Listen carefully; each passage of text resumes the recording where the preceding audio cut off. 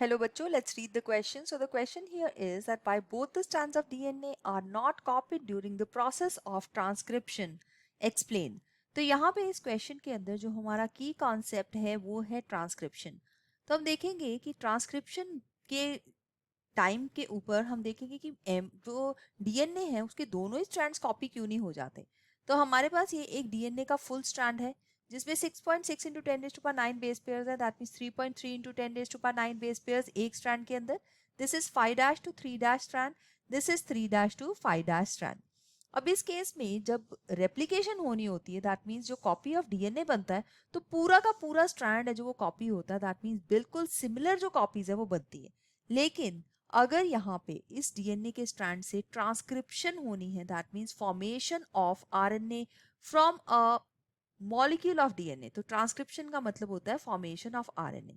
तो first thing is कि पहली बात तो कि दोनों स्ट्रैंड्स कॉपी नहीं होते और दूसरी बात ये कि पूरा स्ट्रैंड कॉपी नहीं होता. तो एक छोटा सा पार्ट होता है इतना सा जिसको हम बोलते हैं ट्रांसक्रिप्शन यूनिट. इस ट्रांसक्रिप्शन यूनिट के एक साइड के ऊपर लगा होता है प्रोमोटर. ट्रांसक्रिप्शन यूनिट की बात कर रहे हैं. ये वो पार्ट है डीएनए का that part of the DNA that is transcribed. So which is transcribed मतलब जिससे बनना है आरएनए. अब इस ट्रांसक्रिप्शन यूनिट के एक साइड के ऊपर प्रोमोटर होगा जो कि हेल्प करेगा इस प्रोसेस को प्रमोट करने के लिए. बीच में होगा स्ट्रक्चरल जीन जो कि एक्चुअल ट्रांसक्रिप्शन कर रही है structural gene.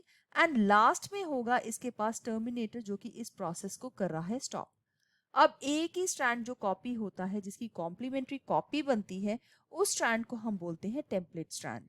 So let's see कि यहाँ पे अगर प्रोमोटर लगा हुआ है this is the promoter this is the terminator. तो इस केस में ये स्ट्रैंड टेम्पलेट स्ट्रैंड होगा क्योंकि आरएनए पॉलीमरेज एंजाइम ने जो पॉलीमराइजेशन करनी है वो न्यू स्ट्रैंड के 5' टू 3' डायरेक्शन में करनी है. सो यहाँ पे सिर्फ एक ही स्ट्रैंड जो कॉपी हो रहा है वो है टेम्पलेट स्ट्रैंड. कोडिंग स्ट्रैंड की कॉपिंग नहीं होगी. So that means single stranded RNA बनेगा.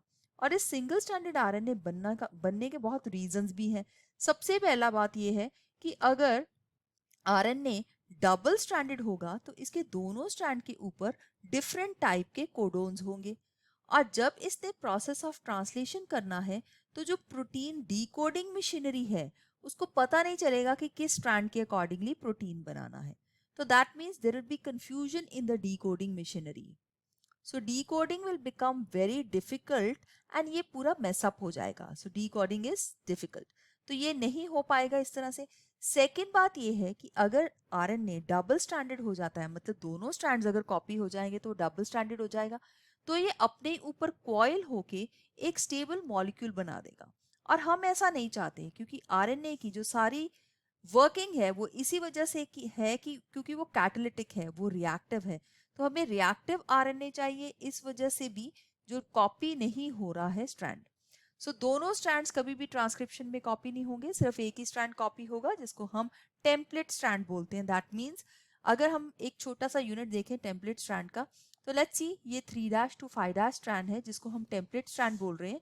यहाँ पे इसके प्रोमोटर है दूसरी साइड के इसके पर टर्मिनेटर लगा है और यहाँ पे इसके सीक्वेंसेस है. तो यहाँ पे ATTGC में सीक्वेंस बता रही हूँ.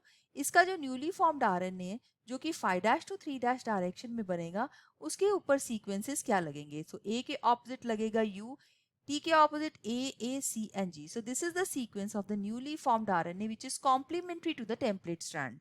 So I hope you have understood it well. All the best. Thank you.